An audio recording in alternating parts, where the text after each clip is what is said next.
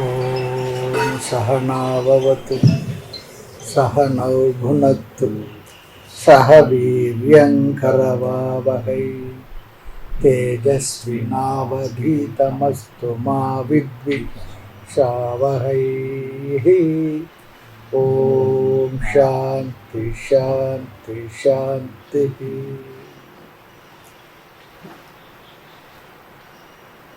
கட்டோபனிஷத் 61வது வகுப்பு இது. ஏற்கனவே முழு உபனிஷத்தை முறையாக பார்த்து நிறைவு செய்திருக்கின்றோம். இதில் நம்ம நிறைவாக பார்த்த கடைசி வகுப்பில் பார்த்த 2வது அத்தியாயத்தினுடைய 3வது வள்ளியினுடைய சாரத்தை பார்ப்போம். பிறகு முழு உபனிஷத்தினுடைய சாரத்தை நம்ம பார்ப்போம். இந்த 3வது வள்ளியினுடைய சாரம், 2வது அத்தியாயம் 3வது வள்ளி சாரம், கடைசி பகுதி. இதனுடைய முதல் மந்திரம் சம்சார வர்ணனம் செய்தது.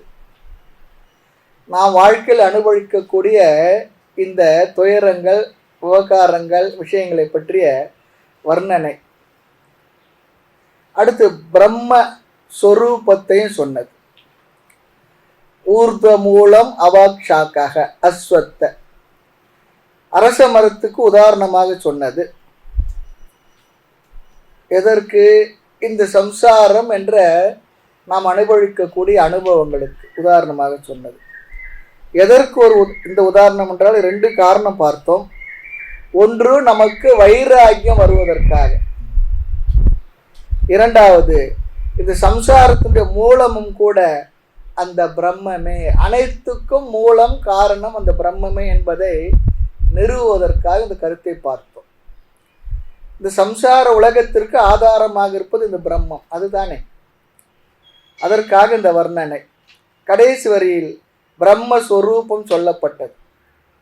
ததேவ பிரம்மம் ததேவ அமிர்தம் உச்சதே. அதுவே பிரம்மம், அதுவே அழியாதது, மரணம் இல்லாதது என்று சொல்லப்படுகின்றது என்று நிறைவு செய்தது. அடுத்து 2, 3வது மந்திரங்கள் பிரம்மனே ஈஸ்வர சொரூபமாக இருக்கின்றது என்று சொன்னது.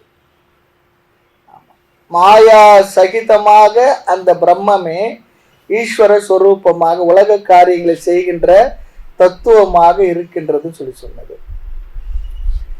அடுத்து எல்லாவற்றை நிர்வகிப்பவர், கண்ட்ரோலர், கட்டுப்படுத்துபவர், நியந்தா என்று சொன்னது. அனைத்தும் அவருடைய கட்டுக்குள் இருப்பதாகவும் கூறப்பட்டது. வஜ்ராயுதத்தை கையில் வைத்துள்ளதை போல இருக்கின்றார் என்று சொன்னது. இந்த கருத்தெல்லாம் 2, 3 இந்த மந்திரங்களுக்குள்ள வரும். 3வது வள்ளியில பார்த்தா தெரியும்.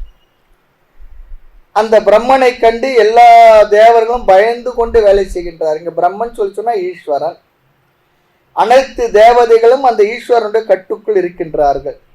இவ்வாறு ஈஸ்வரனுடைய மகிமையானது 2, 3 மந்திரங்கள் பேசியது. அடுத்து 4, 5வது மந்திரங்களில் மனுஷ ஜென்ம மகிமா, மனித பிறவினுடைய மேன்மை. இந்த மனித ஜென்மத்துடைய விசேஷ மகிமை தெரிந்தால்தான் இந்த ஜென்மத்தில் மட்டும் அடைய கூடிய புருஷார்த்தத்தை நாம் அடைவோம். இல்லை என்றால் மற்ற ஜீவர்களும் மற்ற உயிரினங்களும் இருக்கே, அவைகள் அடைகின்ற பிரயோஜனத்தை இந்த ஜென்மத்தில் மனித பிறவியில் அடைந்து என்ன பிரயோஜனம்? அவைகளை எல்லாம் செய்கிறது, வாழறது, கடைசியில் இறந்து போகுது. நாம் அப்படியே போனால் பிறக்கிறது, சாப்பிட்றது, வளருது, குடும்பத்தை பெருக்கி கொள்கின்றது, பிறகு அதுவும் நேரம் வந்து செத்து போகிறது. அப்படி இருப்பதற்காகவா என்று சொல்லி இதோட மகிமையை சொல்லி இதற்காக இந்த பிறவி இல்லை. சந்தனக்கட்டை எரியம், அதில் உணவு சமைக்கலாம், ஆனால் சந்தனக்கட்டின் பிரயோஜனம் அது இல்லை. ஆகவே இந்த மனித ஜென்மத்தினுடைய மகிமை உயர்வு தெரிந்தால்தான் இந்த பிறவியினால் அடைய வேண்டிய லட்சியமாகிய கோல், புருஷார்த்தத்தை நாம் அடைய முடியும். அதற்காக முயற்சி செய்வோம். மிருக சரீரத்தில் அடைவதை மனித சரீரத்தில் அடைவதில் ஸ்பெஷாலிட்டி என்ன இருக்கு? ஒன்றும் இல்லை. ஆகவே மனித பிறவி உயர்ந்தது. இந்த கருத்து எல்லா சாஸ்திரங்களும் பிரசித்தமா பேசப்படும். இது மனித பிறவியுடைய மேன்மை. அரிதறிது மானிடராய் பிறத்தில் அரிது பார்த்திருக்கின்றோம். எண்ணறிய பிறவிதனில் மானுட பிறவிதான் அரிதறிதுன்னு பார்த்திருக்கின்றோம்.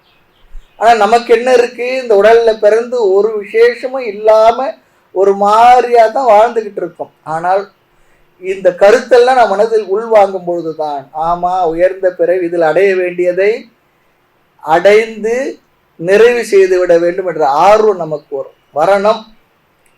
அதைத்தான் இங்கு சொன்னார். 4-5 மந்திரங்களில் விரிவா பார்த்தோம், சுருக்கமா பார்க்கின்றோம். அடுத்த 5வது மந்திரத்தில் அதை எப்படி சொன்னார் சொன்னார், விதவிதமான லோகங்களை உதாரணத்துக்கு எடுத்துக்கொண்டு மற்ற லோகங்களில் பிரம்ம ஞானம் தெளிவாக இருக்காது.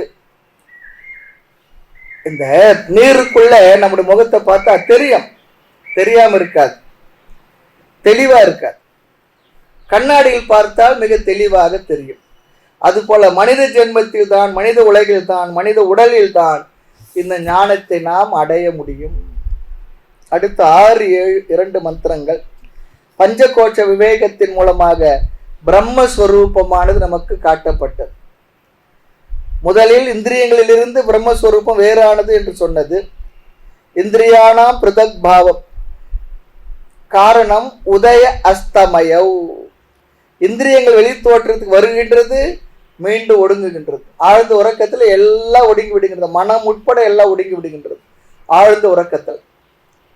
ஆகவே அது ஆத்மா சாட்சியாக இருக்கின்றது என்பதையும் சொன்னது.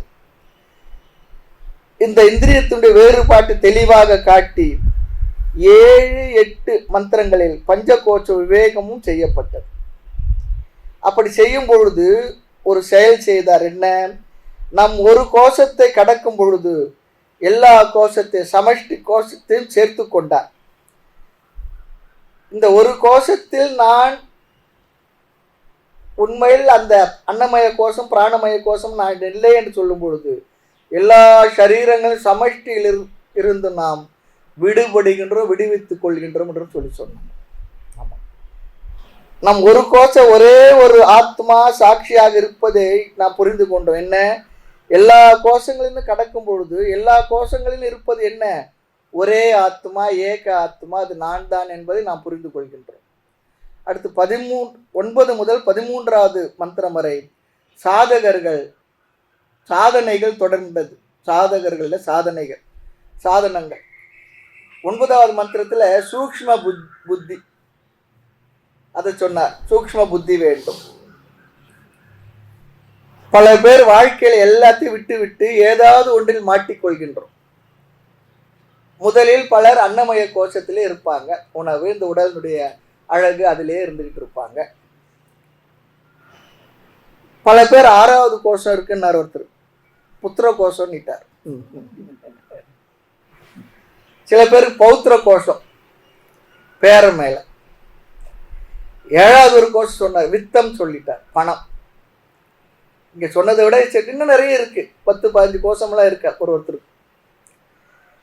சில பேர் பிராணமய கோஷத்திலே இருப்பாங்க. பிராணமய கோஷத்தின் விசேஷம் என்ன, பசிதாகம் எல்லாம் பிராணமய கோஷத்தில் இருக்கிறது. சில பேர் விஞ்ஞானமய கோஷத்தில் இருப்பாங்க, சில பேர் மனோமய கோஷத்தில் இருப்பாங்க. சில பேர் விஞ்ஞானமய கோஷத்தில் இருக்கும், எப்போ பார்த்தாலும் எதனா படிச்சுக்கிட்டே இருக்கணும். சாஸ்திரம் படிக்கிறத விட அதே போல தான் நினச்சிக்கிட்டு இருப்பாங்க. படிக்கலாம், ஆனால் அதை நான் புரிந்து படித்தோம்னா அப்போ தான் நமக்கு பிரயோஜனம். சில பேர் படிச்சுக்கிட்டே இருப்பாங்க, இருக்கிற எல்லாத்தையும் படித்து வச்சு ஒரு டேட்டா கலெக்ஷன் போல. அப்படி இல்லை. சில பேருக்கு புகழ் அடிமையா இருப்பாங்க. ஆமா, அதெல்லாம் இருக்கு. ஆக எல்லாவற்றையும் விடணும், விட்டு மேலே வரணும்னு சொல்லி பார்த்தோம். மானாபிமானம் விட்டு தானாகி நின்றவருக்கு சேனாதிபதி போல ஞானாதிபதி வந்து காருமே சொல்லி தாருமேன்னு சொன்னார் நந்தனாரில். அது போல மான அவமானங்களெல்லாம் கடந்த ஒரு மனநிலை. ஆக மிக மிக சூக்ஷ்ம புத்தியுடன் கவனமாக எல்லா கோஷத்தையும் தாண்டி வரணும்னு சொல்லி பார்த்தோம். இப்போ பார்த்த மந்திரங்கள் தான் அதெல்லாம். அடுத்து 10-11வது மந்திரம் நிதித்தியாசனம் என்கின்ற சாதனம், ஞான நிஷ்டைக்கான சாதனத்தை சொன்னார். சவண மனனத்தை செய்து நிதித்தியாசனம் செய்யவில்லை என்றால் ஃபைனல் வரைக்கும் வந்து தோத்து போனா போல ஒரு நிலை. அதுதான் கால் இறுதி அரை இறுதி கடைசி ஃபைனலில் தோற்று போன போல ஆகிடும் நிதித்தியாசனம் பண்ணலைன்னா. அதை யோகம் என்ற சொல்லில் நிதித்தியாசனத்தை அறிமுகப்படுத்தினார். சமாதி என்ற வார்த்தையை பார்த்தோம், மனதினுடைய அமைதி என்றும் பார்த்தோம். மனதை அமைதிப்படுத்துதல். அப்படி அமைதிப்படுத்திய மனதில் சாஸ்திர கருத்துக்களை நாம் பெற்ற அறிவை மீண்டும் மீண்டும் கொண்டு வந்து நினைத்து பார்க்கின்ற அந்த நிதித்தியாசனம் செய்பவனுக்கு ஞானிக்கும் என்ன வித்தியாசம் என்றும் பார்த்தோம். நிதித்தியாசனம் செய்து கொண்டு உள்ள போது அவன் என்னவா, அவன் ஜீவன் முக்தன் தான். அந்த அறிவில் நிலை பெற முயற்சி பண்றான். அவனுக்கு அந்த அறிவு இருக்கு. நான் முக்தன் என்று தான் அவன் நிதித்தியாசனம் செய்கின்றான். அந்த கருத்துல மனசுல நல்லா வச்சுக்கோங்க. நான் முக்தன் என்ற கருத்துடன் தான் அந்த அறிவை அவன் மனதில் நிலை பெற செய்கின்றான். அப்போ முக்தனுடைய நிலை என்ன, ஞானியுடைய நிலை என்னவென்றால் நிதித்தியாசனம் சுபாவமாக வந்து விட்டால் அந்த அறிவு அவன் மனதிலே எப்பொழுதும் ஞாபகப்படுத்த வேண்டிய அவசியமே இல்லாமல் நிலை பெற்று விட்டால் அதுதான் என்ன, ஸ்தித பிரஜன். அதுதான் ஸ்தித பிரஜ லட்சணத்துல நம்ம பார்த்த விஷயங்கள்லாம் அதுல வந்து. ஆக நிதித்தியாசனம் செய்யும் பொழுது எஃபர்ட், முயற்சியுடன் ஆத்ம லட்சணங்களை நினைத்து கொண்டிருப்பான். சிரமப்பட்டு அவைகளெல்லாம் மறுபடியும் மறுபடியும் கொண்டு வந்து நினைச்சுக்கிட்டு இருப்பான். அது நிதித்தியாசனம் செய்பவனுடைய நிலை. முக்தன் அல்ல ஞானிக்கு எப்படி என்றால் அது அவருடைய சுபாவமாக இருக்கும். சமையல் கத்துக்கும் பொழுது ஒன்று ஒன்றா ஞாபகப்படுத்தி செய்துக்கிட்டு இருப்பாங்க. ஆனால் செய்து பழகின பிற்பாடு என்ன இருக்கும், அது அவனுடைய இயல்பாக இருக்கும், சுபாவமாக இருக்கும். அது போல அது அவனுடைய இயல்பாக இருக்கும். அந்த அறிவெல்லாம் நாலேஜ் எல்லாம் சிரமப்பட்டு பிற்பாடு சுபாவமாக மாறுவதைத்தான் ஸ்திராம் இந்திரிய தாரணம் சொல்லி சொன்னார். அடுத்து 12, 13வது மந்திரங்கள் ஸ்ரத்தை சாதனமாக சொல்லப்பட்டது. நம்பிக்கை, ஸ்ரத்தை இருந்தால்தான் மோட்சம் வர முடியும். அதை பார்த்தோம். முதலில் ஸ்ரத்தை இருந்தால் அஸ்தி என்ற புத்தி வரும். பிறகு என்ன, அஸ்மி என்ற ஞானம். ரெண்டும் ஒன்று தான். முதல்ல அகம் பிரம்ம அஸ்தி, பிரம்ம அஸ்தி முதல்ல. பிற்பாடு பிரம்ம அஸ்மி, அந்த பிரம்மமாக முதல்ல பிரம்மம் என்ற ஒன்று இருக்கின்றது என்ற ஸ்ரத்தை. பிறகு அந்த பிரம்மமாக நான் இருக்கின்றேன் என்கின்ற ஞானம். அவன் அதுவாகி நிற்பான். அதை 12, 13வது மந்திரங்கள் ரொம்ப அழகா சொன்னது. அடுத்து 14, 15வது மந்திரங்கள்ல பிரயோஜனம், பலன் 3 விதமாக சொன்னது. என்ன, 3 விதமான நாசத்தை சொன்னது. நாம் பார்த்தோம். இவ்வளவு தூரம் கஷ்டப்பட்டு சாதன சம்பத்தியெல்லாம் செய்து உட்கார்ந்து சவண மனனம் செய்து இவ்வளோ வகுப்பெல்லாம் கேட்ட பிற்பாடு நாம் நாசப்படுத்திக்கிறதுக்கு அதெல்லாம் கேட்டேன்னு சொல்லி சொன்னால் இல்லை. 3 விதமான நாசத்தை பார்த்தோம். அஜ்ஞான நாசம், அத்தியாச நாசம், காம நாசம், ஆசை நாசம். ஆக அறியாமை தான் மூல காரணம். அதன் காரியம் உற்பத்தி தான் அத்தியாசம். அதன் விளைவு ஆசைகள். இவைகள் 3 நாசத்தை அடையும் என்று பார்த்தோம். இவைகள் நாசத்தை அடையும் பொழுது இங்கேயே அவன் பிரம்மத்தை அடைகின்றான், அடைந்தவன் ஆகின்றான் சொல்லியும் பார்த்தோம். எங்கேயே இல்லை. இதெல்லாம் விட்டு உட்பட எங்க கிடைக்குன்னா, இங்க டோக்கன் வாங்கிட்டு அங்க போய் ஏதோ வாங்கிக்கணும் அப்படிலாம் இல்லை. இங்கேயே அவன் மோட்சத்தை அடைந்தவன் ஆகின்றான், அடைகின்றான். அடுத்து 16வது மந்திரம் உபாசனையுடைய பலன் என்ன பார்த்தோம். பிரம்மலோக பிராப்தி. அங்கு சென்றால் பிரம்மாஜி இடத்துல பாடத்தை கேட்டு கிரம முக்தி, அதையும் பார்த்தோம் 16வது மந்திரத்துல. 17வது மந்திரம் உபதேசத்தினுடைய முடிவு, நிறைவு. இந்த உபநிஷத்தினுடைய உபதேச நிறைவு. எப்பொழுது மனிதர்கள் ஹிருதயத்தில் வீற்றிருக்கும் ஆத்மாவை கவனமாக தைரியத்துடன் ஷரீரத்தில் இருந்து தன்னை வேறாக புரிந்து கொள்கின்றார்களோ அவ்வாறு பிரித்து புரிந்து கொள்பவன் தூய்மையான மரணமற்ற பெருநிலையை அடைகின்றான், மரணமற்றவன் ஆகின்றான் சொல்லி பார்த்தோம். நிறைய விஸ்தாரமாக பார்த்தோம். அடுத்து 18வது மந்திரம் இந்த ஞானத்துடன் யாராகிலும் இந்த ஞானத்தை அல்லது யார் அடைந்தாலும் அவர்கள் மோட்சத்தை அடையலாம். இவர்கள் தான் என்று இல்லை. ஆண் தான் பெண் தான் அப்படிதான் இப்படிதான் அதெல்லாம் இல்லை. தகுதியுடன் யாரெல்லாம் இந்த ஞானத்தை பெறுகின்றார்களோ, இந்த ஞானத்தை யார் அடைந்தாலும் அவர்கள் மோட்சத்தை அடையலான்னு சொல்லி சொன்னார். மீண்டும் நாம முதல் மந்திரத்தை சொல்லி நாம் இந்த உபநிஷத்தை நிறைவு செய்தோம் சென்ற வகுப்பில். இனி நாம கட்டோபநிஷத்துடைய முழு சாரத்தை பார்க்க போகுது. ஞாபகம் வச்சு மெதுவாகவே சொல்கிறேன், வேணும்னா குறிப்பு வச்சுங்கோ, அல்லது ஏற்கனவே அந்த குறிப்பெல்லாம் வச்சுருந்தீங்கன்னா அதில் ஒரு சின்ன சின்ன வார்த்தைகளில் அது விடுபட்டு இருந்தால் பார்த்துங்க, ஏதோ ஒன்று செய்யுங்க. கட்டோபநிஷத்துடைய சாரம். இந்த கட்டோபநிஷத்து என்பது யஜுர்வேதத்தை சார்ந்தது, 2 அத்தியாயங்களை உடையது. அத்தியாயம் என்பது சாப்டர். ஒவ்வொரு அத்தியாயமும் 3 பகுதிகளை கொண்டது. பகுதி என்பது வள்ளி. ஆமாம், அந்த புஸ்தகம் இருந்ததுன்னா புஸ்தகத்தில் அப்படியே பரட்டி பார்த்துக்கிட்டு போவாங்க, உங்களுக்கு புரியும். இல்லை சும்மா கேட்கணுன்னாலும் கேளுங்க. இனி ஒன்று ஞாபகம் வச்சுங்க, எந்த உபநிஷத்து கேட்டாலும் உபநிஷத்து புஸ்தகத்தோடு கேட்டால் இன்னும் பிரயோஜனமாக இருக்கும். அந்த மந்திரங்கள் வார்த்தைகள் சின்ன சின்ன எழுத்துல ஒரு பென்சிலில் கூட அந்த இடத்த குறித்து வச்சுக்கிட்டோம்னா பிரயோஜனமாக இருக்கும். ஏன்னா நமக்கு நிறைய ஞாபகம் மறதி இருக்கு. அதனால ஆக ஒவ்வொரு அத்தியாயமும் 3 பகுதிகளை கொண்டது. பகுதி வள்ளி என்று சொல்லப்படாத செக்ஷன் சொல்லி சொல்றோம். மொத்தம் 2 அத்தியாயங்கள் 6 வள்ளிகள், 2 அத்தியாயம் 6 பகுதிகளை கொண்டது. இப்போ நாம் ஒவ்வொரு வள்ளியாக என்னென்ன கருத்துக்கள் சொல்லப்பட்டுள்ளது என்பதை பார்ப்போம். முதல் அத்தியாயம் முதல் வள்ளி, ஃபர்ஸ்ட் சாப்டர், ஃபர்ஸ்ட் செக்ஷன், கதையுடன் துவங்கியது. வாஜஸ்ரவஸ் என்பவர் ஒரு யாகத்தை செய்தார்.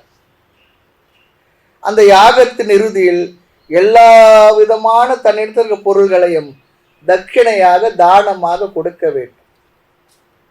அப்படி தட்சிணையாக கொடுக்கப்பட்ட பசுவினுடைய நிலையை பார்த்த அந்த வாஜஸ்ரவசனுடைய மகன் புத்திரன் நச்சிகேதன் என்பவன், சிறிய பையன், தவறான தட்சிணை கொடுத்தா பலனும் தவறாகத்தான வரும், பலன் பூர்த்தியாக கிடைக்காது என்று அவன் எண்ணினான். நல்ல ஒரு அறிவிப்பார். அடுத்து தந்தையை அணுகினான். அப்பா அடுத்ததா சொல்றான். தூரத்து பார்த்தா அப்பா இடத்துல நெருங்கி சென்று தந்தை இடத்துல ஒரு கேள்வி கேட்டான். என்னை யாருக்கு தட்சிணையாக கொடுக்க போகின்றீர்கள் சொல்லி கேட்டான். அதை அவன் ஒரு முறை கேட்டு விட்டுட்டு இருந்தாட அமைதியா இருந்திருப்பாரு. அவர் ரொம்ப பிஸியா எல்லாம் கொடுத்துக்கிட்டு இருக்காரு, எல்லாருக்கும் பதில் சொல்லிட்டு இருக்காரு. யாகசாலையில எல்லாரும் இருக்கிறாங்க. அந்த நரில இந்த நச்சரிச்சாப்புல 2 தடவை 3 முறை கேட்ட உடனே தந்தை யாகத்தின் செயலில் தட்சிணை கொடுப்பதில் ரொம்ப பிஸியா இருக்கும் பொழுது கோபத்துல அந்த நேரத்துல உன்னை நான் யம தர்மராஜா கொடுக்க போறேன் போ அப்படின்னு சொல்லிட்டான். இது இயல்பானது, நமக்கு தெரிகின்றது சுபாவமா. உண்மையில் கோபத்தில் அப்பா கூறியது நச்சிகேதன் தந்தை சொல் தவறக்கூடாதுன்னு நினைச்சான்.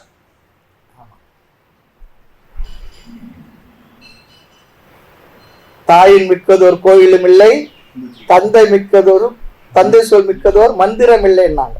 அதை அப்படியே எடுத்துக்கிட்டான். சத்தியத்தினுடைய மேன்மையை அப்பாவுக்கு எடுத்து சொல்லி யமலோகத்துக்கு சென்றான்.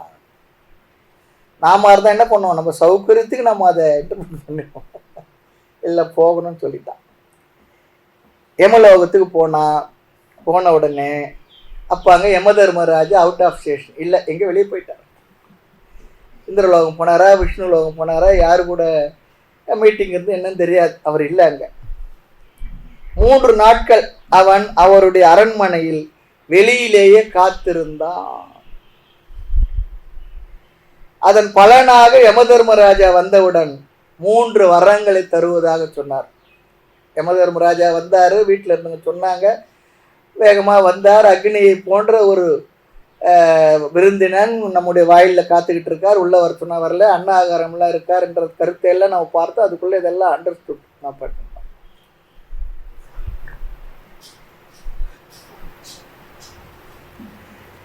அடுத்து அதிதி விருந்தினருடைய மேன்மையை பார்த்தோம். அதிதி சொன்னா அதிதி சொல்லாமல் வருபவர், தேதி சொல்லாமல் வருவது. இந்த காலத்துல தேதி சொன்னாங்கன்னா நம்ம என்ன பண்ணிடுவோம், நான் அன்னைக்கு ஊர்ல இல்லையே, வெளியூர் போறேன்னு சொல்லி அழகா சமாளிச்சிடும். நாம இல்ல, பொதுவாக அப்படி ஒன்று. இந்த விருந்தினரோட மேன்மையை அங்கு சொன்னார். மூன்று வரங்களை கேட்க சொன்னார். அந்த 3 வரத்துல முதல் வரமாக நச்சிகேதன் தேர்ந்தெடுத்தது தன்னுடைய தந்தையினுடைய மன அமைதி. என்னை காணாமல் அவர் தவிப்பார், இரவில் உறக்கமின்றி சிரமப்படுவார். ஆகையினால அவர் விருப்பமில்லாமல் நான் அவரை பிரிந்து வந்துள்ளேன், அவர் மனம் அமைதி அடைய வேண்டும். இது முதல் வரமாக கேட்டார். 2வது வரமாக நச்சிகேதன் கேட்டது சொர்க்கத்திற்கு செல்ல ஒரு யாகத்தை கேட்டார். இந்த 2 கருத்துக்கள் மூலமாக நமக்கு கிடைக்கின்ற கருத்து என்னவென்றால், முதல்ல நம்முடைய கடமை, ஒவ்வொருவருக்கும் நம் ஒருவருக்கும் கடமை அவருடைய பெற்றோர்களுக்கு செய்ய வேண்டிய கடமை. அது முதல் கருத்து. அவருடைய பெற்றோர்களுக்கு உயிரோடு இருந்தால் என்ன செய்யணும் அது, அல்லது இறைவனடி சேர்ந்திருந்தால் நமக்கு சாஸ்திரங்கள் விதித்த சில கடமைகள், அதை செய்வது. இது முதல் கருத்து. 2வது கடமை, 2வது கருத்து, அவன் இருக்கின்ற சமுதாயத்திற்கு ஏதாவது செய்யணும். நம்ம பிறந்தவுடன் நமக்கு எல்லா தேவைகளும் நிறைவேற்றிருக்கு, அந்த சமுதாயத்துக்கு எதனா செய்யணும். சமுதாயம் எல்லாம் எனக்கு செய்யணுன்றது இல்லை, நான் என்ன சமுதாயத்துக்கு எதனா செய்யணும். ஆக இந்த 2 வரத்தில் ஒன்றை தன் பெற்றோருக்காகவும் 2வது வரத்தை தனது சமுதாயத்திற்காகவும் பயன்படுத்தி விட்டார். ஆக கதையுடன் இந்த 2 வரமும் முடிவடைகின்றது. ஆக இங்க முக்கிய கருத்து என்னன்னா, கதைக்கு பிற்பாடு 20வது மந்திரத்தில் நச்சிகேதனுடைய கேள்வி, அதுதான் இங்க முக்கிய கருத்து. அதுதான் இங்கு அவன் கேட்கின்ற 3வது வரம். இறந்த பிறகு அந்த கேள்வி என்ன, இறந்த பிறகு சிலர் ஆத்ம தத்துவம் இருக்கின்றது என்றும் சிலர் அவ்விதமெல்லாம் இல்லை என்றும் கூறுகின்றார்கள். ஏவம் பிரேதே விஜிகித்சா மனுஷ்யே நியாயம் அஸ்தி இதி. இந்த ஆத்ம தத்துவம் பற்றிய ஞானம் எனக்கு 3வது வரமாக வேண்டும் என்று கேட்டு விடுகின்றான். சில பேர் இறந்த பிறகு இந்த ஆத்மா இருக்குன்னு சொல்றாங்க, சில பேர் அப்படிலாம் இல்லை, இந்த உடலோடு முடிந்து விடுகின்றது என்று சொல்லுகின்றார்கள்.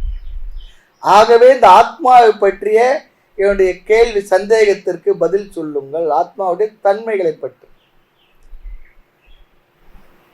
ஆக இந்த முதல் வெள்ளியிலே குறிப்பிடத்தக்க முக்கியமான மந்திரம் இந்த 20வது மந்திரம் சொல்லி பார்த்தோம். அடுத்த கருத்து, நேரடியாக அந்த ஞானத்தை யமதர்மராஜா கொடுப்பதற்கு பதிலாக, யமதர்மராஜான்னு யாரும் கேட்ட மாட்டோம், இந்த உபநிஷத்துடைய குரு. ஆமா, நச்சிகேதனுக்கு தகுதி இருக்கின்றதா என்று சோதிக்கின்றார். எந்த ஒன்றையும் கொடுப்பதற்கு முன்பு தகுதியை சோதிப்பார்கள். அதுவும் ஆத்ம ஞான விஷயத்துல பண்றது ரொம்ப நல்லது. ஏனென்றால் தகுதி இல்லைன்னா அந்த தகுதிக்கான சாதனங்களை சொல்லி கொடுக்கலாம், தகுதி இருந்தால் நேரடியாக உபதேசத்தை தொடங்கி விடலாம். இல்லை என்றால் சில நேரத்தில் சில பேர் கேள்வி கேட்பாங்க, கேள்வியை புரிஞ்சிக்காத 1/2 மணி நேரம் பதில் சொல்லிட்டு இருப்பார். பதில் சொன்ன பிற்பாடு அவர் சொல்வார், நான் இந்த கேள்வி கேட்கலன்னு நம்ம அசடு வழியணும். அல்ல, முதல்ல அவ எதை குறித்து கேட்குறான் அதை சொன்னோம்னா நமக்கு அந்த ஞானம் அவனுக்கு வருமான்னு சொல்லி பார்க்கணும்.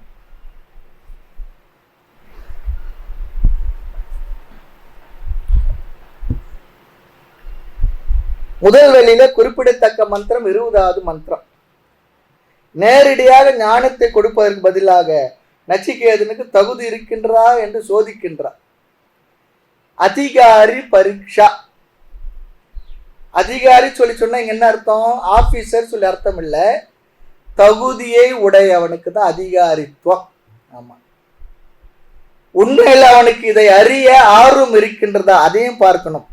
எதுதான் நமக்கு ஆளு கிடைச்சிட்டாங்கன்னு சொல்லிட்டு சரி உட்காருன்னு சொல்லி எனக்கு தெரிஞ்சதெல்லாம் சொல்லிக்கிட்டு இருந்தா கடைசியில் அவங்களுக்கும் கஷ்டம்,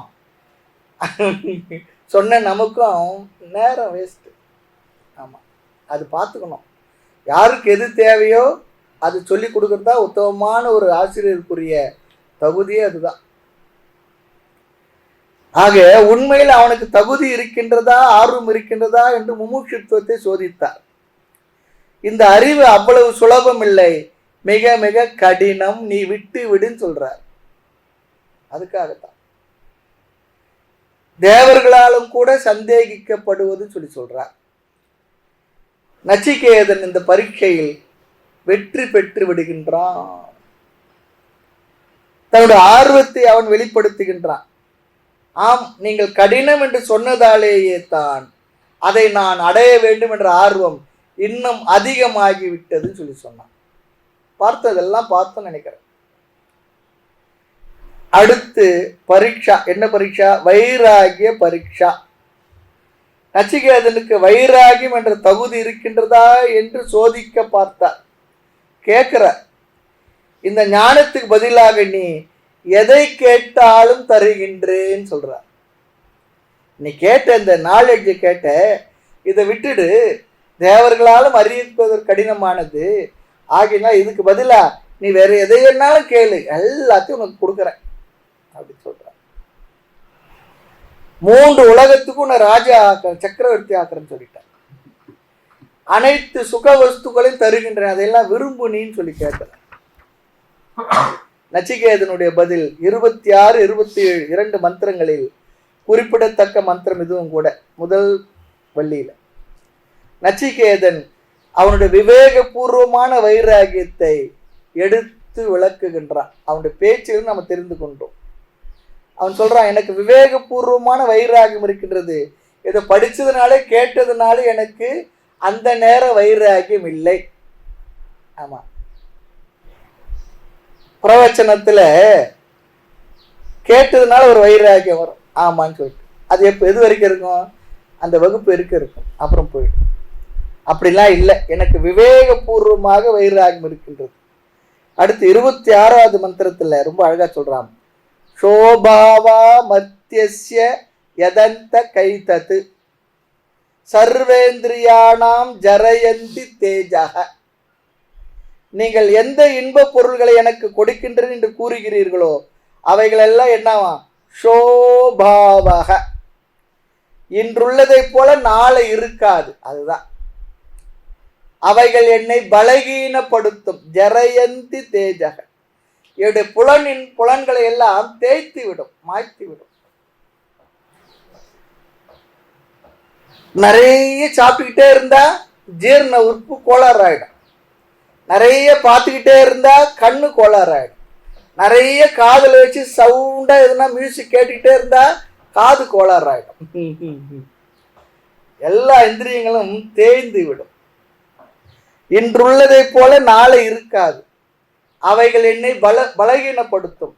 ஆகவே என்ன, எனக்கு இவைகள் வேண்டாம், நீங்கள் கொடுப்பதை நீங்களே வைத்துக் கொள்ளுங்கள், எனக்கு வேண்டான்னு சொல்லிட்டான். இன்னொரு முக்கியமான வார்த்தை 27வது மந்திரத்துல பாருங்க, நான் வித்தேன தர்ப்பணியோ மனுஷா. ஒரு மனிதன் பொருளினால், வித்தத்தினால் நிறைவை அடைய முடியாது. எவ்வளவு கொடுத்தா நம்ம நிறைவை அடைய முடியும்? ஆகவே என்னுடைய முடிவு என்ன, குருநாதரே, எனக்கு எதுவுமே வேண்டாம், இந்த ஆத்ம ஞானம் தான் வேண்டும் என்று உறுதியாக கூறிவிட்டான். இந்த நச்சிகேதன் ஆத்ம ஞானத்தை தவிர வேறு எதையும் விரும்ப மாட்டான் என்று முடித்து விட்டார். இத்துடன் முதல் அத்தியாயத்தினுடைய முதல் வள்ளி முடிவடைகின்றது. இந்த முதல் வள்ளியில 3 முக்கியமான கருத்துக்கள், அதை வேணாலும் குறிச்சுக்குங்க. கதை வந்தது, குரு சிஷ்ய அறிமுகம், அடுத்து 2வது நச்சிகேதனுடைய கேள்வி, 3வது நச்சிகேதனுக்கு தகுதி இருக்கின்றதா என்ற பரீட்சை பண்ணார். நாம் இதிலிருந்து தெரிந்து கொள்வது என்னவென்றால், உபனிஷத் படிக்க நமக்கும் தகுதி இருக்கின்றதா என்று இதில் சொல்லப்பட்ட விஷயங்களை நாமும் சிந்தித்து பார்த்து தெரிந்து கொள்வோம், புரிந்து கொள்வோம். இருந்தா ஓகே, இல்லையே என்று வருந்த வேண்டாம். பெறுவதற்கு முயலலாம், கேட்கலாம். கேட்டலே கூட முதல்ல என்ன கொடுக்கும்? தகுதியை கொடுக்கும். பிறகுதான் அது ஞானமாக மாறும். அதனால கேட்கிறதே ஒரு பெரிய ஒரு தகுதியை கொடுப்பதற்கான சாதனமாக எடுத்துக்கொள்ளலாம். ஆக முதல் அத்தியாயம் முதல் வள்ளி முடிஞ்சது. முதல் அத்தியாயத்தினுடைய 2வது வள்ளி. இதில் பேசுகின்ற கருத்துக்களை நாம் 7 தலைப்பின் கீழ் அடக்கி விடலாம். 7 தலைப்பின் கீழ் பிரிக்கலாம். இது முதல் தலைப்பு, முதல் அத்தியாயத்துடைய 2வது வள்ளியில 7 தலைப்பு கீழே கருத்துக்கள் இருக்கின்றது. இதுல முதல் தலைப்பு சாதன சாத்திய துவயம். 2 விதமான மார்க்கத்தை அறிமுகப்படுத்துறார். அதன் மூலமாக 2 விதமான சாத்தியத்தையும் அறிமுகப்படுத்துறார். சாதனம் சாத்தியம் 2. எடுத்தவுடன் ஆத்ம தத்துவத்தை கூறாமல் சம்பந்தப்பட்ட வேறு சில கருத்துக்கள் எல்லாம் இந்த பகுதியில் வருகின்றது. ஒரு மனிதனுடைய வாழ்க்கையில் 2 விதமான சாத்தியம், முடிவு, கோல் அவன் அடையலாம், அச்சீவ் பண்ணலான்னு சொல்றான், அட்டைன் பண்ணலாம். என்ன? ஒன்று, முதல் கோல் ஸ்ரேயஸ். 2வது பிரேயஸ். ஸ்ரேயஸ், பிரேயஸ். இது உபனிஷத்துடைய முக்கியமான சொல். இந்த சொல்லெல்லாம் ஞாபகம் இருக்கணும். சாதனத்தின் முடிவாக அடையும் சாத்தியம் அறிமுகப்படுத்தினார். முதல் 2 மந்திரங்கள் குறிப்பிடத்தக்கவை, இம்பார்ட்டன்ட் போட்டு. யாரும் நம்ம ஒன்று பரீட்சை வைக்க போறது இல்லை. முக்கியமான கருத்துன்னு அர்த்தம். எல்லாம் முக்கியம்தான், அதுல முக்கியத்துல முக்கியத்துவம். ஸ்ரேயச்ச பிரேயச்ச மனுஷ்ய மேதக. அழகான சொற்கள், அழகான அறிமுகமும் கூட. நச்சிகேதன் கேட்ட கேள்விக்கு முடிவை சொல்வதற்கு முன்பாக, நேரடி ஆத்ம தத்துவத்தை சொல்வதற்கு முன்பாக அதற்கு தேவையான மற்ற கருத்துக்கள் அழகா சொல்றார். அழகான ஒரு டெவலப்மெண்ட். ஒவ்வொரு மனித வாழ்விலும் ஸ்ரேயஸ் பிரேயஸ் எனும் 2ம் அவனை நோக்கி வருகின்றது. ஸ்ரேயஸ் சொல்லி சொன்னா நன்மை அல்லது மோட்சம். பிரேயஸ் சொல்லி சொன்னா இன்பம் அல்லது நாம் இந்த லௌகீக உலகத்தை அனுபவிக்கக்கூடிய சுகங்கள். இன்பம், நன்மை, இன்பம். மோட்சம் அல்லது இந்த லௌகீக உலகத்தில் நாம் அனுபவிக்கக்கூடிய சுகங்கள். ஆகினால் ஸ்ரேயஸ் என்றால் நன்மை, மோட்சம். பிரேயஸ் என்றால் இன்பம், இந்த சம்சார உலகத்தில் நாம் அனுபவிக்கக்கூடிய சுகங்கள்.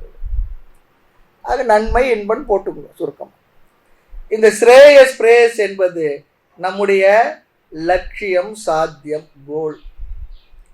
பிறகு அதற்கு தகுந்த சாதனம் என்ன, அதையும் சொல்றார். ஸ்ரேயஸ் பிரேயஸ் என்று அதை அழைக்கின்றார். ஸ்ரேயஸுக்கு எடுத்து செல்லும் மார்க்கம் அது என்ன? அடுத்து பிரேயஸுக்கு எடுத்து செல்லும் மார்க்கம். ஆக ஸ்ரேயஸ் மார்க்கம், பிரேயஸ் மார்க்கம். ஸ்ரேயஸுக்கு எடுத்து செல்லும் மார்க்கம் ஸ்ரேயஸ் மார்க்கம், பிரேயஸுக்கு எடுத்து செல்லும் மார்க்கம் பிரேயஸ் மார்க்கம். இங்க ஒரு வார்த்தை சொல்றார், தீரன் பிரேயஸை விடுத்து ஸ்ரேயஸை தேர்ந்தெடுக்கின்றான். அப்ப தேர்ந்தெடுப்பவன் தீரனா அல்லது வேறையான்றது நாம தெரிஞ்சுக்கணும். தீரன் விவேகத்தை உடையவன், பக்குவம் அடைந்தவன். இவன் இன்பத்தை துறந்து நன்மையை தேர்ந்தெடுக்கின்றான். ஆக முதலில் ஒவ்வொரு மனிதனுக்கும் நன்மையை தேர்ந்தெடுக்கலாம் அல்லது இன்பத்தையும் தேர்ந்தெடுக்கலாம். தேர்ந்தெடுப்பதற்கு சாஸ்திரம் நமக்கு வாய்ப்பை கொடுத்துள்ளது. இதைத்தான் தேர்ந்தெடுக்க வேண்டும் சொல்லல. இதுவும் இருக்கப்பா, இதுவும் இருக்கு, எது வேணுமோ எடுத்து. ஆனாலும் இதுல ஒரே ஒரு எச்சரிக்கை, 2ஐயும் ஒரே நேரத்தில் தேர்ந்தெடுக்க முடியாது. ஏதோ ஒன்றைத்தான் தேர்ந்தெடுக்க வேண்டும் முடியும். ஏனென்றால் தூரமேத்தே விபரீத்தே விசூச்சி, இவைகள் வேறு வேறு பாதைகள், 2ம் ஒரே பாதையில் இல்லை. 2 பாதையில நான் ஒரே பயணம் பண்ற முடியுமா? ஒரு நேரத்தில் ஒரு பாதையில் தான் பயணம் பண்ண. அது ரொம்ப அழகா சொல்லி, ரொம்ப அழகா அமைதியா கேட்டோமா, சுருக்கமா பார்த்தா கூட அழகா ரொம்ப அப்படியே படிப்படியா சொல்லி வர. தூரமேத்தே விபரீத்தே விசூச்சி. அடுத்து 2வதாக சொன்ன பிரேயஸை நிந்தனையும் செய்கின்றார். பிரேயஸை தேர்ந்தெடுப்பவர்களை நிந்தனை பண்றார். ஒன்றை தேர்ந்தெடுத்தால் ஒன்றை துறக்கணும். ஒன்று வாங்கினா 2 இலவசம்லாம் இல்லை இங்க. ஒன்று தேர்ந்தெடுத்தால் ஒன்றை துறக்க வேண்டும்.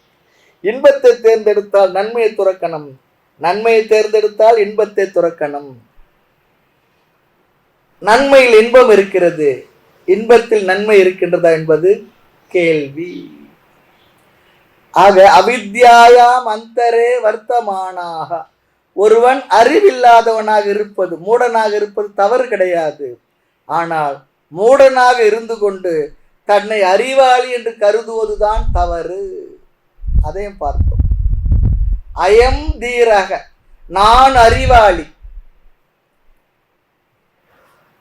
எப்பொழுது அப்படி நினைக்கிறான்? அறியாமையில் இருந்து கொண்டு நானே அறிவை உடையவன் நினைக்கிறான்.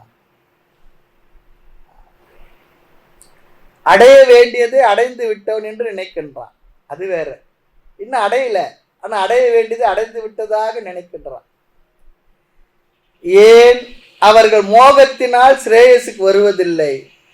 அப்போ என்ன மோகம்? வித்த மோகேன, பொருளின் மீது உள்ள பற்றின் காரணமாக. அதான் சொல்ற, பொருளின் மீது வந்த மோகத்தினால் அவர்கள் மூடர்கள் ஆகிவிட்டார்கள். அயம் லோகோ நாஸ்தி, இந்த லோகத்துக்கு மேல் வேறு லோகம் உலகம் இல்லை என்றும் அவர்கள் சொல்லுவார்கள், கூறுகின்றார்கள்.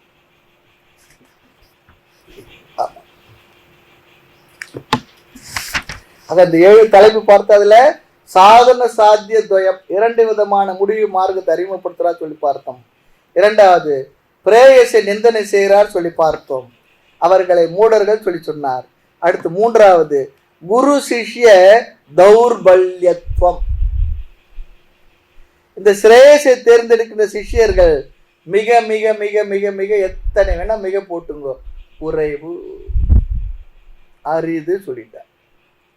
அரிது அரிது மானிடராய் பிறத்தல் அரிது மட்டும் இல்ல, அரிது அரிது ஸ்ரேயஸை தேர்ந்தெடுப்பவர்கள் அதிலும் அரிது. இதை உபதேசிக்கின்ற குருவும் மிக மிக குறைவு, அரிதுன்னு சொல்றார். இதெல்லாம் கீதையில சொல்லியிருக்கிறார். சிஷ்யனும் துர்லபம், அதை எடுத்து உபதேசிக்கின்ற குருவும் ரொம்ப ரொம்ப சொல்பந்தான், துர்லபம். இந்த மார்க்கம், இதை தேர்ந்தெடுப்பவன், இதை உபதேசிப்பவன் அரிது, குறைவு. அதான் சொல்ற. இந்த பாதை இருக்க லெஸ் டிராவல்டு சொல்வார், குறைவானவர்களே பயணம் செய்யும் பாதை. அங்க டிராபிக் ஜாம் எல்லாம் ஒன்று இருக்காது, போட்டி யாரும் இல்லை, போட்டியாளர்கள் யாரும் இல்லை. கோயிலுக்கு போறது போட்டி இருக்கும், இந்த வகுப்புக்கு வர்றது போட்டி இருக்குமாண்ணா? இருக்காது. போட்டி இருந்தா நல்லதுதான். ஆக இந்த மார்க்கம், இதை தேர்ந்தெடுப்பவன், இதை உபதேசிப்பவன் அரிது, குறைவு. குருவினுடைய மேன்மையும் சொன்னது, சிஷ்யனுடைய மேன்மையும் இங்கு சொன்னது. வேதாந்தத்தினுடைய மேன்மையையும் கூறினார். ஸ்ரவணாயபி பகுபிர் யோன லப்யக, இந்த உண்மையை, தத்துவத்தை கேட்பதற்கு கூட பலருக்கு வாய்ப்பு கிடைப்பதில்லை. இதெல்லாம் உபநிஷத் மந்திர வாக்கியங்கள், தமிழ்ல சொல்றார். ஸ்ருவன் அபி, கேட்டவர்கள் கூட, கேட்ட பின்பும் கூட பலர் புரிந்து கொள்வதில்லை. கேட்ட பிறகும் கூட பலர் புரிந்து கொள்வதும் இல்லை. ஆச்சாரியோ வக்தா குச்சலோச்ச லப்தா, இதை புரிந்து கொள்பவர்கள் மிக மிக துர்லபம், குறைவு. இந்த கருத்தை கூறும் பொழுது குருவினுடைய லட்சணத்தை இங்கு கூறிவிட்டார் சொல்லிப்பார். ஆக முதல் பகுதியில் சிஷ்யனுடைய லட்சணம், வைராகி, முமுட்சுத்துவம், சாஸ்திரத்தில் நாட்டம் உள்ள குணங்கள். இங்கு குருவினுடைய லட்சணம் அனன்ய புரோக்தோ கதிரத்ர நாஸ்தி. அனன்ய, குருவிற்கு லட்சணம். குரு எதை உபதேசிக்கின்றாரோ அதற்கும் அவருடைய வாழ்விற்கும் வேறுபாடு இல்லாமல் இருக்கின்றது. அந்த ஞானத்தில் நிலை பெற்றிருப்பார், ஞானத்தில் நிலை பெற்றவன். அப்படிப்பட்ட குருவிடமிருந்து சாஸ்திரத்தை கேட்டால் கதிஹி நாஸ்தி, ஒருவன் புரிந்து கொள்ளாமல் போவதற்கு வழி இல்லை, வாய்ப்பில்லை. அப்படின்னு என்ன அர்த்தம்? நிச்சயமாக புரிந்துதான் கொள்வான், புரிந்து கொள்வான். என்ன புரிந்து கொள்வான்? தகுதியான சிஷ்யன் தகுதியான குருவிடம் கேட்கும் பொழுது இந்த ஞானத்தை புரிந்து கொள்வதற்கு, புரிந்து கொள்ளாமல் இருப்பதற்கு வாய்ப்பே இல்லை, கிடையாது. அதான் சொல் 2 நெகட்டிவ் போய் சொன்னார். தகுதியான சிஷ்யன் தகுதியான குருவிடம் கேட்கும் பொழுது இதை புரிந்து கொள்வதற்கு வாய்ப்பில்லை என்பதே கிடையாது. அப்படின்னு என்ன அர்த்தம்? கட்டாயம் புரிந்து கொள்வார். பிற்பாடு தர்க்கத்தினாலெல்லாம் இந்த ஞானத்தை அடைய முடியாது என்றும் கூறினார். தர்க்கத்தினுடைய எல்லையை வரையறைன்னு சொன்னார். எந்த அளவிற்கு தர்க்கம் தேவைப்படுகின்றது என்று சொன்னார். அடுத்து நான்காவதாக கருத்து ஞான யோகத்தை கூறினார். 12, 13வது மந்திரங்கள்ல ஞான யோகத்தை சொன்னார். இதுவும் குறிப்பிடத்தக்க மந்திரம். இந்த வள்ளியில முதல் அதிகாரம் 2வது வள்ளியில குறிப்பிடத்தக்க மந்திரத்துல 12, 13 முக்கியம். சாஸ்திரத்தை கேட்டல் ஞான யோகம், பிறகு சிந்தித்தல், பிறகு தியானித்தல் நிதித்தியாசனம். இதுவே ஞான யோகம் என்று சொன்னார். கேட்டல், சிந்தித்தல், தியானித்தல். கேட்டலுடன் சிந்தித்தல் கேடிலா மெய்த்தெளிவால் பாட்டமுறா உற்பவ நோய் மாறுமோ நாட்டமுற்று மெய்யான நெட்டையினை மேவினர் கன்றோதான் பொய்யாம் போம் பிறப்பிறப்பும். தாய்மன்னர் பாடல். ஞான யோகத்தை அப்படியே சொல்றார். திருக்குறள் சொல்றார் கற்க கசடர் கற்க, அப்புறம் என்ன நிற்க அதற்கு தக. சிரவண மன நிதித்தியாசனம் ஒரே குரல்ல சொல்லி முடிச்சிட்டார் அழகா. கற்க கற்பவை கற்க நிற்க அதற்கு தக. நிற்க அதற்கு தக. நிற்க என்பதுதான் நிதித்தியாசனம், கற்க என்பது சிரவணம். ஆமா, கசடர கற்க என்பது என்ன? மனனம். அழகா எப்படி சொல்லியிருக்காரு. இந்த வார்த்தையில சொல்லணும்னா கூட அதுதான் ஞான யோகம். இது ரொம்ப அழகான வார்த்தையில் சொன்னார். அத்தியாத்ம யோகம் சொல்லி முடிச்சார். தம் துர்தர்ஷம் கூடம் அணு பிரவிஷ்டம் அத்தியாத்ம யோகாதி கமேன. இது மந்திரம். இங்கு சாஸ்திரத்தை கேட்டல் என்பதையே ஞான யோகம், அத்தியாத்ம யோகம் என்று இங்கு குறிப்பிட்டு விடுகின்றார். அடுத்து 5வது படி 13வது மந்திரத்தில் ஏதத் ஸ்ருத்வா சம்பரிஹ்ருத்ய மத்யக. இதை கேட்டு ஆழ்ந்து சிந்தித்து பிறகு அடைய வேண்டியதை அடைகின்றான் என்றும் கூறினார். அப்படி சொன்னவர் நச்சிகேதனே உனக்கு மோட்சத்தின் வாயில்கள் திறக்கப்பட்டு விட்டது என்று சொன்னார்.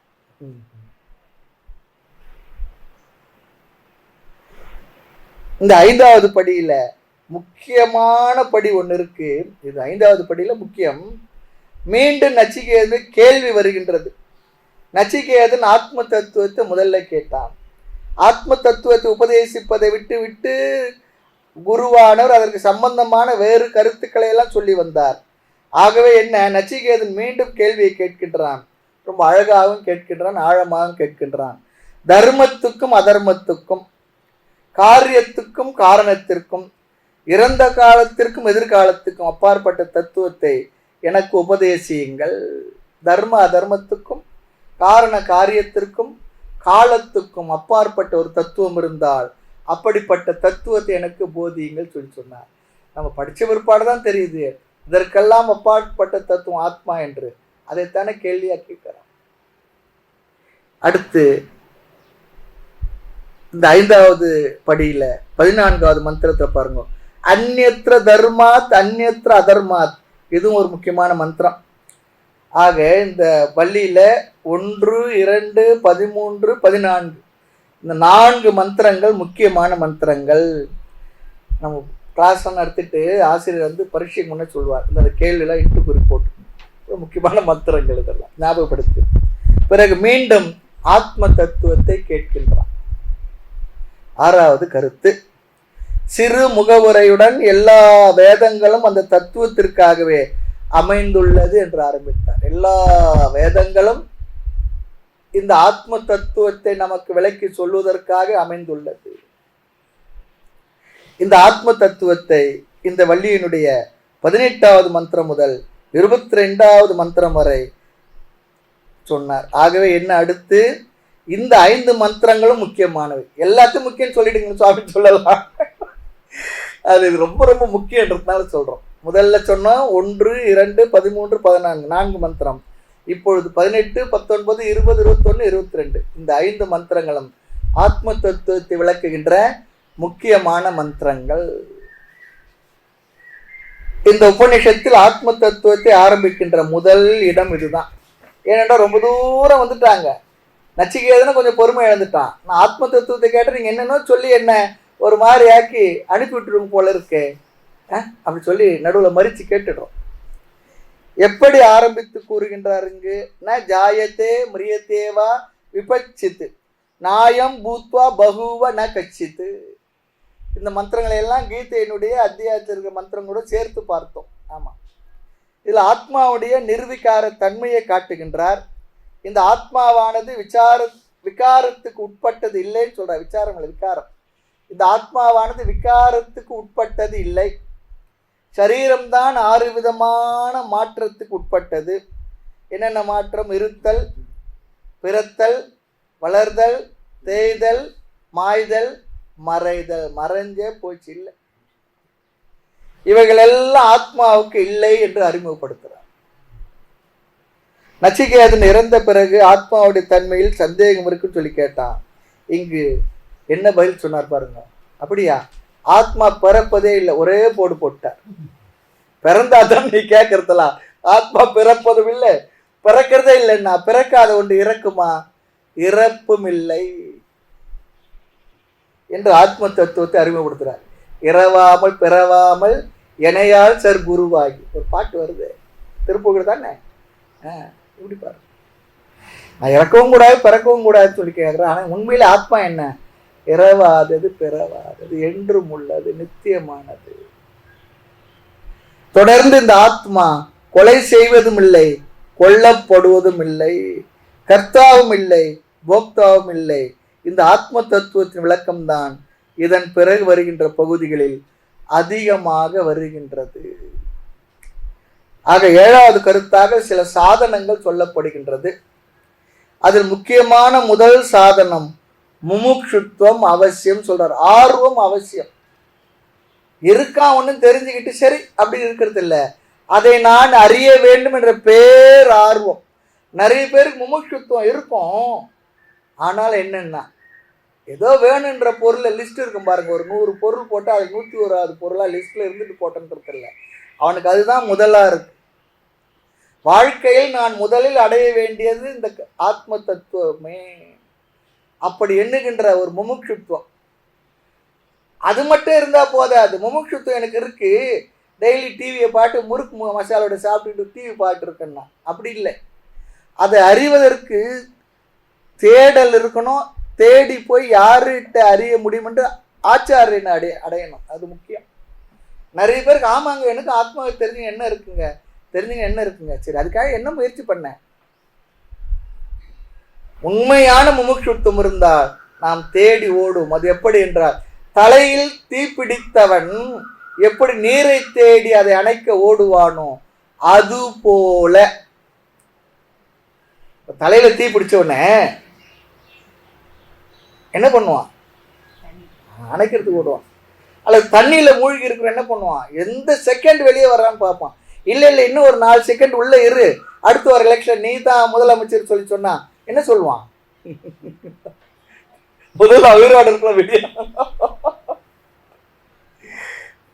அதுதான் முமுட்சுத்துவம்.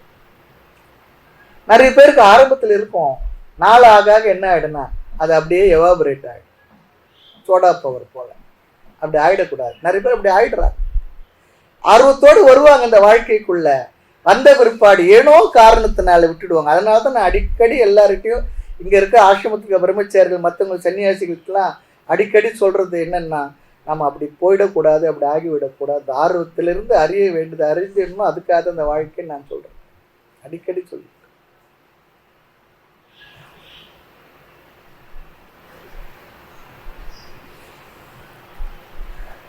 ஆக இங்கு சில சாதனங்கள், அது என்னன்னா முமுட்சுத்துவம் சொல்லி பார்த்தோம். எப்படி இந்த ஆத்ம தத்துவம் எதனாலும் அடைய முடியாது? நாயமாத்மா பிரவச்சனேன, வெறும் பிரவச்சனத்தினாலும் மேதையினாலும் மனனம் செய்வதாலும் வேறு எதனாலும் அடைய முடியாது. ஆக இந்த ஆத்ம தத்துவத்தை நாடுகின்ற ஒருவனால் தான் ஆத்மாவை அடைய முடியும். இது முமுட்சுத்துவத்தை கூறுவது. மேலும் முக்கியமான சாதனம் தார்மீக ஜீவனம். ரொம்ப முக்கியம்.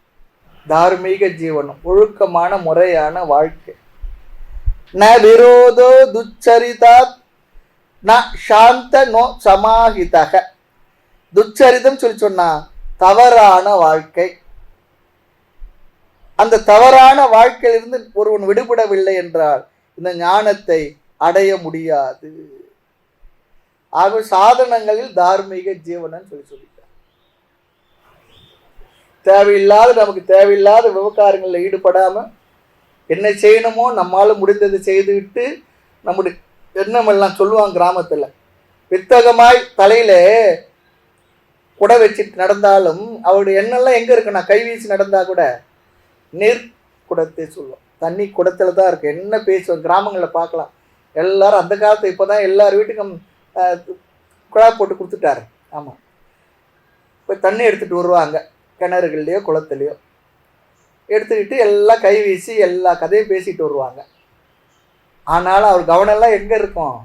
அந்த குடத்தில் இருக்கக்கூடிய அதுலேயே அந்த பேலன்ஸ்லேயே இருக்கும். அழகாக பண்ணிட்டு வரும். அது போல இருக்கணுமா நம்முடைய மனசு. இரண்டாவது சாதனமாக கூறியது அதே மந்திரத்தில் சமக தமக. சமக என்றால் மனக்கட்டுப்பாடு, தமக சொல்லி சொன்னா புலனடக்கம் அல்லது இந்திரிய ஒழுக்கம், மனதுடைய அமைதி, இந்திரியங்களுடைய அமைதி. இவைகளில் தான் இந்த ஞானத்தை அல்லது இவைகளினால் தான் இந்த ஞானத்தை அடைய முடியும் சொல்லி சொன்னா இந்திரிய அமைதி இருக்கணும். புத்தகம் கையிலே புத்தியோ பாட்டிலேன்னா எங்கெங்க ஞாபகத்தில் இருந்தா அதிலே கவனம் இருக்கணும். ஆக ஆத்ம ஞானத்தை ஒட்டிய குருவினுடைய மகிமை, இரண்டு விதமான சாத்தியங்கள். பிரேயஸ் ஸ்ரேயஸ் சொன்னார், ஸ்ரேயஸை தேர்ந்து எடுக்கணும்னு சொல்லி சொன்னார். பிரேயஸை நிந்த பண்ணார், பிரேயஸை நிந்த பண்ணார். அப்புறம் தர்க்கத்தினால் ஆத்மாவை அடைய முடியாது சொல்லி சொன்னார். ஸ்ரத்தை, முமுட்சுத்துவம், சமதமம் என்ற சாதனைகளை சொன்னார். இவ்விதமாக சில முக்கியமான கருத்துக்களை சொல்லி இந்த பகுதியும் நிறைவு பெறுகின்றது. இந்த பகுதி முதல் அத்தியாயத்தினுடைய 2வது வள்ளி நிறைவு பெற்றது. இனி வரும் பகுதிகளில் ஆத்ம தத்துவம் அதிகமாக பேசப்படும், சாதனைகள் பேசப்படும், அதன் பலனும் பேசப்படும். இனி 3வது வள்ளி, முதல் அத்தியாயத்தினுடைய 3வது வள்ளி. இதுல விசேஷமா ஒரு கருத்து வந்தது. ஆத்மானம் ரத்தினம் வித்தி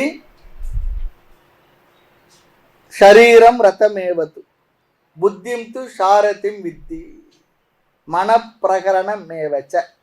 இது ஒரு ஃபேமஸ் மந்திரம், முக்கியமான மந்திரம். இந்த பகுதியிலே 3வது மந்திரம் முதல் 9வது மந்திரம் வரை ரத்த கல்பனையானது பேசப்பட்டது. தாசுபர்ணா சொன்னார் பாருங்க, ஒரு கொடியில் இருமலருக்கு. அது போல இங்க வந்து ரத்த கல்பனை. ஆமாம், அந்த காலத்துல காருலாம் இல்லை, ரத்தம். அதான் விசேஷம். அந்த ரத்தமானது சரீரத்தை தேராக உதாரணம் கூறியது. 2வது 5 இந்திரியங்களை 5 குதிரைகளாக சொன்னது. 3வது மனதை கடிவாளமாக சொன்னது. 4வது புத்தியை சாரதியாக டிரைவராக சொன்னது. 5வது ஆத்மா ஜீவனை எஜமானன், அதில் அமர்ந்து செல்லும் எஜமானன். புலன்கள் அதுதான் என்ன? பாதை, ரோடு. அதுதான் பயணம் செய்கின்ற பாதை, பயணம் செய்ய பயன்படும் வாகனம்.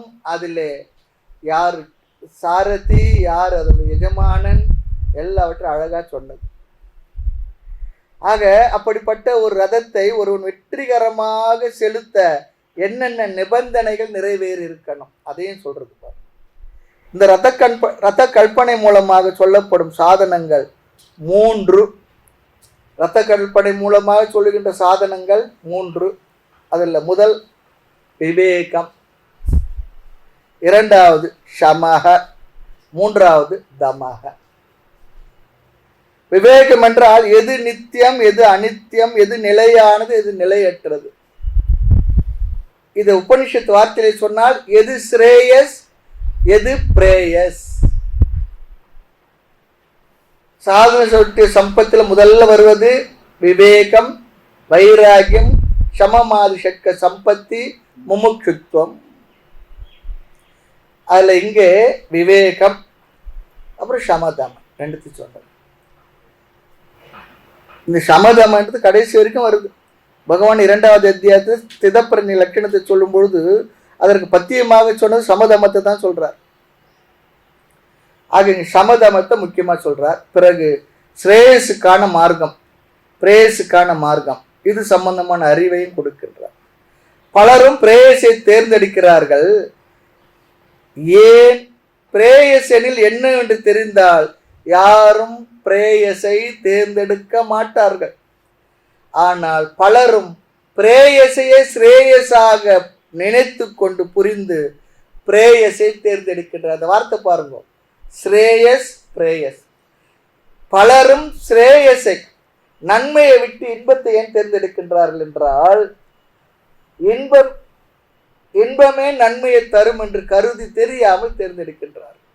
ஆக பிரேயஸை ஸ்ரேயஸ் என்று நினைத்து பிரேயஸை தேர்ந்தெடுக்கின்றார்கள். ஆகவே என்ன, ஸ்ரேயஸை தெரிந்து கொண்டால் அவன் பிரேயஸை இன்பத்தை விடுத்து நன்மைக்கு வருவான். ஒரு பழைய பாட்டு ஒன்று, ஓஹோ ஹோஹோ மனிதர்களே ஓடுவது இங்கே சொல்லுங்கள், உண்மையை வாங்கி பொய்களை விற்று உருப்பட வாருங்கள். உபனிஷத்து வார்த்தை தான் எடுக்கிறார், பழைய பாட்டு ஒன்று. ஆகவே என்ன, ஸ்ரேயஸை தெரிந்து கொண்டால் அவன் பிரேயஸை இன்பத்தை விடுத்து நன்மைக்கு வருவான். இந்த விவேகமானது இங்கு சொல்லப்படுகின்றது. ஒரு ரதத்தை ஒரு ஓட்ட வேண்டும் என்றால் அந்த சாரதியானவன் புத்தி உடையவனாக இருக்கணும், ரூட் தெரியணும். அடுத்து எந்த டெஸ்டினேஷன், எந்த லட்சியத்திற்காக என்று அவனுக்கு தெரிந்திருந்தாதான் அதற்கேற்ற பாதையை தேர்ந்தெடுத்துக் கொள்வான். அதே போல ஒரு சாதகனுக்கு, ஜீவனுக்கு எது பிரேயஸ் ஸ்ரேயஸ் என்று தெரிந்திருக்க வேண்டும். ஒருத்தர் ரயில்வே ஸ்டேஷனில் போயிட்டு கவுண்டரில் நிற்கிறார், டிக்கெட்டு கேட்குறார். எந்த ஊருக்குன்னா தெரியலன்னு சொன்னார். எந்த ஊருக்கு போகிறது தெரியல அப்படி இருக்கக்கூடாது.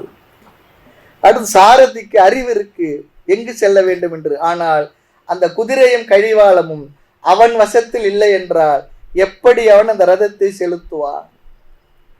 அந்த குதிரைகள் அடக்கப்பட்டு இருக்க வேண்டும், இந்திரியங்கள் நம்முடைய வசத்துக்குள் இருக்க வேண்டும் சொல்லி சொல்றார். அப்போதுதான் நாம் ஸ்ரேயஸ் எனும் சாத்தியத்தை நாம் அடைய முடியும். ஆக ஸ்ரேயஸை அடைய வேண்டும் என்று புத்தி நிச்சயம் செய்தாலும் அவனுக்கு அந்த இந்திரியங்கள் அவன் வசத்தில் இருந்தால்தான் பயணம் பண்ண முடியும். தமக என்ற சாதனம் இங்கு வலியுறுத்தப்படுகின்றது. பிறகு கடிவாளம் அது யார் கையில் இருக்க வேண்டும்? சாரதியின் கையில் இருக்க வேண்டும். அதே போல மனமானது நம்முடைய கட்டுக்குள் இருக்க வேண்டும். நம்மை மீறி மனமானது சென்று விடக்கூடாது. ஆகவே சமவும் இங்கு சொல்லப்பட்டது தமத்துக்கு அடுத்து. இந்த உதாரணத்தை தொடர்ந்து அந்த அறிவை உடையவன், விஞ்ஞான அறிவை உடையவன் நல்ல சாரதியை போன்றவன், அறிவில்லாதவன் தவறான சாரதி என்றார் என்று சொன்னார். கட்டுப்படுத்தப்பட்ட குதிரைகள் நல்ல இந்திரியங்கள், கட்டுப்படுத்தப்படாத குதிரைகள் கட்டுப்படாத இந்திரியங்களை போன்றது. ஆகவே இது இந்த 3வது வழியில் வரக்கூடிய முக்கியமான கருத்து. ஆக சம தம விவேகம் என்னும் சாதனம் இவ்வாறு நம்முடைய வாழ்க்கையை ஒரு பயணமாக சொல்லி உருவகப்படுத்தியது. மேலும் இதனுடைய சாரத்தை நாம் அடுத்த வகுப்பிலும் பார்க்கலாம். மூர்த்தி எல்லாம் வாழி, எங்கள் மௌன குரு வாழி, அருள் வார்த்தை என்றும் வாழி, அன்பர் வாழி, பராபரமே ஐயனே எனதுள்ளே நின்று அனந்த ஜென்மங்கள் ஆண்ட மெய்யனே உபதேசிக்க வெளிவந்த குருவே போற்றி, உய்யவே முக்தி நல்கும் உதவிக்கோர் உதவினாயேன், செய்யுமாறு ஒன்றும் காணேன் திருவடி போற்றி போற்றி. ஓம் பூர்ணமத பூர்ணமிதம் பூர்ணாத் பூர்ணமுதச்யதே பூர்ணஸ்ய பூர்ணமாதாய பூர்ணமேவாவசிஷ்யதே. ஓம் சாந்தி சாந்தி சாந்தி. ஹரி ஓம். ஸ்ரீ குருப்யோ நமः. ஹரி ஓம்.